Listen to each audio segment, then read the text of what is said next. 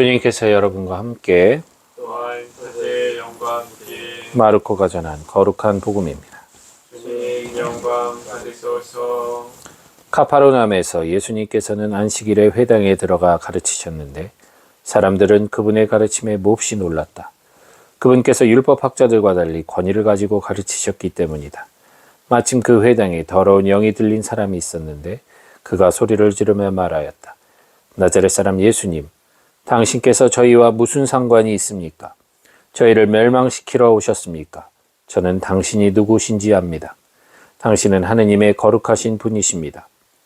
예수님께서 그에게 조용히 하여라, 그 사람에게서 나가라 하고 꾸짖으시니 더러운 영은 그 사람에게 경련을 일으켜 놓고 큰 소리를 지르며 나갔다. 그러자 사람들이 모두 놀라 이게 어찌 된 일이냐, 새롭고 권위 있는 가르침이다. 저희가 더러운 영들에게 명령하니 그것들도 복종하는구나 하며 서로 물어보았다.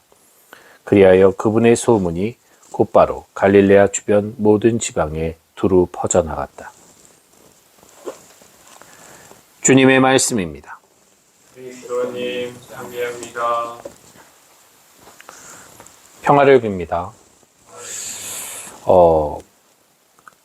우리가 흔히 구약과 신약을 구별함에 있어서 구약의 하느님은 어찌 보면 통치, 그리고 정의, 또 어떤 심판, 이런 하느님이에요. 상성벌악의 하느님이라고 좀 보죠. 물론 하느님은 자애가 넘치고 사랑이 넘친다, 이런 이야기가 구약 곳곳에 나오지만 실질적으로 하느님과 이스라엘 백성 사이의 어떤 관계를 보면 아주 지극히 하느님은 계산적이시고 심판하시는 분, 무서우신 분이에요. 통치자로서의 하느님이 많이 보여진다면 신약의 하느님은 예수 그리스도를 통해서 사랑, 또 평화, 어떤 그런 구원, 이런 보다 더 인격적이고 우리를 뭔가 어떤 그 죄의식 속에서 해방시켜 주시는 어떤 구원의 하느님으로 비춰집니다. 그러나 사실 더 그 시원으로 올라가 보면 원래 하느님은 그냥 사랑 자체셨기 때문에 통치의 개념, 지배의 개념, 심판의 개념의 하느님이 아니셨어요. 우리 창세기를 잘 살펴보시면 거의 그것은 자유, 방임에 가까운 자유였죠. 아담과 하와를 에덴 동산에 풀어놓으시고 알아서 살라고 하셨어요. 전혀 간섭하지 않으셨었던 그런 분이세요. 그런데 그렇게 자유를 주었는데 인간 스스로가 족쇄를 만들었죠. 그리고 자유롭게 사랑을 나누던, 친교를 나누기를 원했던 하느님을 두려워하기 시작합니다. 그 두려움이 결국 인간과 하느님 사이에 장벽을 만들었어요. 그래서 하느님께서 하신 스탠스가 뭡니까? 바로 통치예요. 인간이 자유롭게 서로 사랑하는 그런 하느님과의 인격적 만남, 하느님과의 사랑의 관계를 유지하려 하지 못하고 두려워함으로 인해, 또 하느님에게서 멀어짐으로 인해 어쩔 수 없잖아요. 때려서라도 가르쳐야지. 다시 하느님과 함께하기 위해서 하느님께서 취하신 방법은 그들을 통치하시는 겁니다. 이스라엘과 계약을 맺으셨을 때 고집센 민족이었잖아요. 이스라엘을 굴복시키는, 이스라엘 백성들이 정말 하느님께 완전히 돌아온다면 말 그대로 그 누구라도 하느님에게 복종하고 돌아올 수 있으리라 기대를 하셨죠. 근데 역시나 아니나 다를까 이스라엘은 끊임없이 반역하는 민족으로 구약을 보면 우리 찍혀 있잖아요. 말 그대로 반역하는 민족.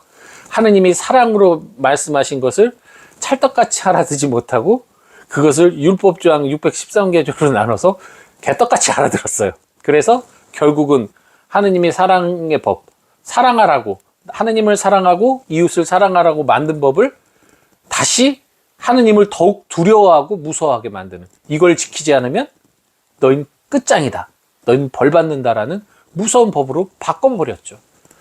하느님께서 다시 취하신 방법이죠.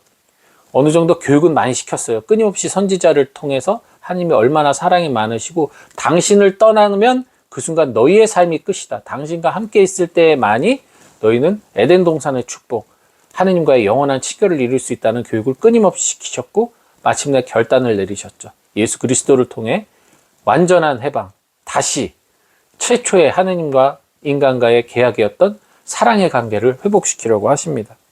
그렇기 때문에 오늘 이 예수님에게 대들면서 예수님한테 시비를 걸고 하느님의 사랑하는 자녀에게 경련을 일으키고 소리를 지르며 떠나간 이 악령의 이 도발적인 행동은 다시금 인간으로 하여금 하느님의 사랑, 구하시는 하느님, 치유하시는 하느님, 용서하시는 하느님, 구원하시는 하느님을 못 믿고 다시금 두려운 하느님으로 만들기 위한 사탄의 도발이요, 책략입니다. 끊임없이 사탄은 예수 그리스도를 당신 하느님의 아드님이십니다 그러면서 막 고백하면서 시비를 걸어요. 그죠? 공생활 내내 그런 여러 번의 이런 시비가 있었잖아요. 그것을 예수님이 내쫓았을 때 사람들의 반응이 어땠습니까? 역시 하느님은 사랑의 하느님이야. 하느님은 구원의 하느님이야. 이렇게 말하지 않아요. 그들의 반응은 이게 어찌 된 일이야. 어이구 이럴 수가 놀라워 하면서 소문을 내기만 합니다. 믿음으로 돌아섰다는 이야기가 아니라 그저 놀라운 어떤 기적 혹은 이적의 체험으로 받아들이죠. 그래서 하느님의 사랑, 오늘 이 복음에 나오는 이 권위, 율법학자와 다른 이 권위는 분명히 어떠한 법과 통치의 개념이 아닌 하느님의 사랑을 의미하는데, 이 권위는 사랑으로 서로 다스림을 의미하는데 그것을 다시금 마귀를 내쫓는 어떤 힘과 권력의 의미로 받아들이는 그런 모습이 오늘 복음에 아주 여실하게 드러나죠. 사실 이 통치, 사랑의 통치는 너무나 중요합니다. 부부관계에서 아내가 남편이 서로를 두려워하는 상태로 결혼을 한다고 한다면 그 부부관계가 온전히 이루어질 수 있겠습니까? 우리 같은 수도의 공동체 안에서 우리가 사랑이 바탕이 되지 않고, 서로에 대한 사랑과 신뢰가 바탕이 되지 않고 어떤 통치의 개념 혹은 계약의 개념만 갖고 서로를 대한다면 우리가 서로를 어떻게 믿고 의지하고 살아갈 수 있겠습니까? 이 공동체라는 것은 결국 사랑의 바탕이 되지 않으면 아무것도 이루어질 수가 없어요. 왜? 그것이 없어지는 순간 서로의 장점과 단점만 남아요. 그리고 서로가 원하는 것만 남습니다. 그것이 함께 조화가 되지 않을 때, 어긋날 때 분열이 일어날 수밖에 없어요. 결국 그것마저도 넘어서는 하느님의 사랑. 솔직히 하느님이 우리를 사랑하지 않으면 우리 같은 사람들이 구원을 받을 수 있는 전혀 아무런 가능성이 없잖아요. 모든 조건을 다 없애버리셨기 때문에 우리가 구원을 받을 수 있는 거란 말이에요. 그런 하느님의 마음을 우리가 헤아린다면 우리가 공동체 생활에서도 마찬가지고 어떤 이 신앙인으로서도 마찬가지고 내가 하느님께 다가감에 있어서 자꾸만 조건을 만들고 두려움을 만들고 무서움을 만들고, 특히나 요즘 같은 세상에 가톨릭 복음주의자라고 하는 분들, 근본주의자라고 하는 분들이 강조하는 게 뭐냐면 너무 하느님의 자비만을 얘기하기 때문에 죄와 악에 대해서 이야기하려 하지 않는다, 사제들이. 그래서 사람들이 그냥 자기들이 정말 문제가 있고 죄가 있음에도 불구하고 그것을 모른 채 살아가게 만든다라는 경고를 하고 있어요. 그 말은 저는 타당하다고 봐요. 하지만 그 두려움과 공포를 심어주는 것으로 인해서 하느님을 믿게 된다면 그 믿음은 반드시 무너지게 돼 있습니다. 하느님을 사랑하지 않으면 결국 떠나게 돼 있어요. 왜? 내가 필요할 때만 존재하고 그 이외에는 필요하지 않거든요. 내가 죽음에 대한 두려움을 없애기 위해서 하느님을 믿는다면 결국 인간은 마지막 순간에 그 두려움에 꺾이고 말 겁니다. 내가 사랑하기 때문에, 믿음은 작아도 사랑하기 때문에 하느님을 믿는다면 아무리 내가 지금 죽음이 두렵다 하더라도 마지막 순간 주님께 의탁하고 사랑하는 주님께 모든 것을 내어 맡길 수 있을 겁니다.